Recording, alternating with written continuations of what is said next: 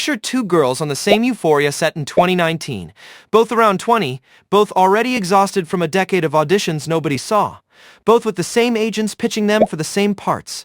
One of them, 6 years later, has a Vogue cover, a denim campaign that crashed a website, and producers calling her at midnight. The other is still scrolling casting notices. I know what you're thinking. You've already decided. It's the body. The blonde hair, the figure on the magazine covers, the look that gets a girl photographed walking to her car.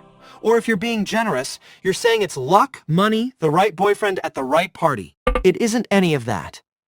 Alexa Demie is genuinely one of the most photographed women of her generation, and Hollywood eats blondes for breakfast and forgets them by Christmas. What actually separated these two is a single experiment from 1972 involving a marshmallow and a hungry child. And when you understand it, you're going to see your own life differently. I'm sorry in advance. Before we go anywhere, let's bury the easy answer, because I know it's already sitting in the back of your mouth. Yes, Sydney leaned into a certain look. Blonde, busty. That sun-bleached California thing that sells a magazine before anyone reads a word of it. She knew what she had, and she let the camera find it. And people love to fold their arms right there and say, well, there it is. Can we go home now? But think about it for a second. Megan Fox had that look. So did 100 girls whose names slipped through your fingers before you could hold them. Hollywood is full of beautiful women who walked into a room at 22 and disappeared by 30 with nothing left but a faded headshot in someone's drawer. A body can get you in the door. It cannot walk you down the hallway. It cannot sit through the second meeting or the 40th. It cannot earn you a producer credit at 26, alone in a room full of men who've been doing this since before you were born. Something else does that. Something older than a body. Something that started growing in her long before any camera ever found her face. Take yourself back to 2019. Both girls are standing on that set. Neither one has been kissed by the world yet. Both of them are still anonymous in airports. Both of them are one phone call away from a life that doesn't exist yet. And then something quiet begins to happen. Sydney starts saying yes. To the horror film with the bad reviews waiting in the wings. To the rom-com her agent probably winced at. To the strange little Christian film about a nun nobody wanted to watch. To the lingerie campaign. To the thriller that no studio wanted, the one she spent 2.5 years chasing on her own, calling people back, holding it together with her own 2 hands.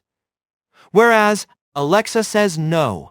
Not out of laziness, out of love for the craft. She waits for the role that deserves her. She protects her image like a candle in a draft.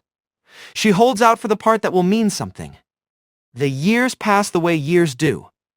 Quietly, without warning. And one day you look up, and one of them is on the cover of Vogue, and the other one is still sitting by a phone that doesn't ring the way it used to. Why? 1972, Stanford. A psychologist named Walter Mischel sits a 4-year-old in a small bare room with a marshmallow on a plate. He tells the child, you can eat this one now or you can wait 15 minutes and have 2. Then he walks out and through a one-way mirror, he films what happens to the child's face. You probably know the famous version of this study. The kids who waited grew up to be more successful. Self-control wins. Patience pays. We've all heard it. That's not the part I want to tell you about.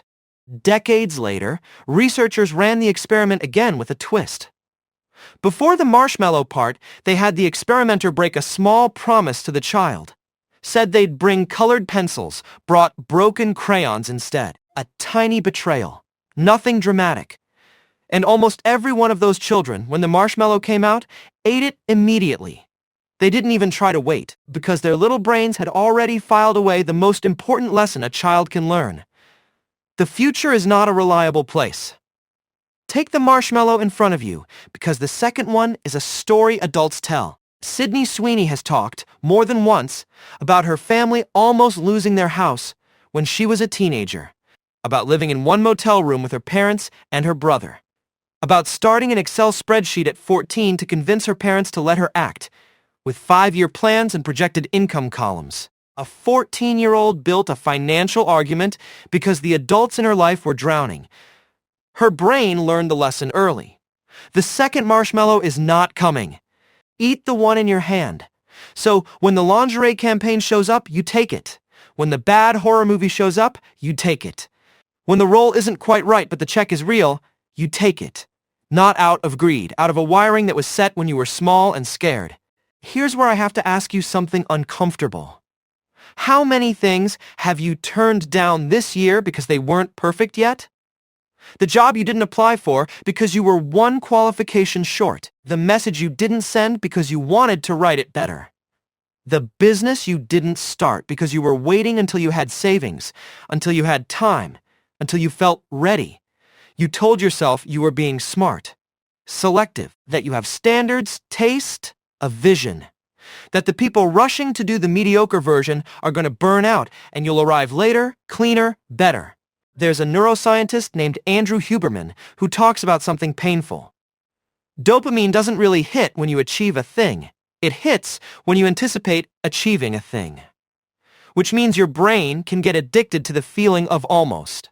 You can spend an entire decade feeling productive while you stand completely still, because the fantasy of the perfect launch is giving you the same chemical reward as actually launching would. Sydney Sweeney didn't outwork her.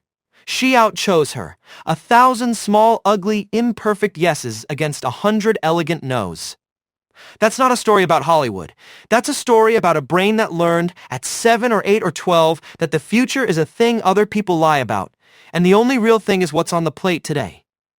If you grew up watching adults promise things they couldn't deliver, your brain is probably wired the Sydney way already, and you can use it. If you grew up safe, with parents who kept their word, your brain trusts the future, which is beautiful and also why you might still be waiting. Neither one is better. They are just different defaults, and the people who know which one they're running can override it on purpose. The marshmallow is on your plate right now. You already know what it is. The only question is whether you're going to keep waiting for the second one, or whether you're going to admit that nobody's bringing it. That's the whole thing. That's the whole story.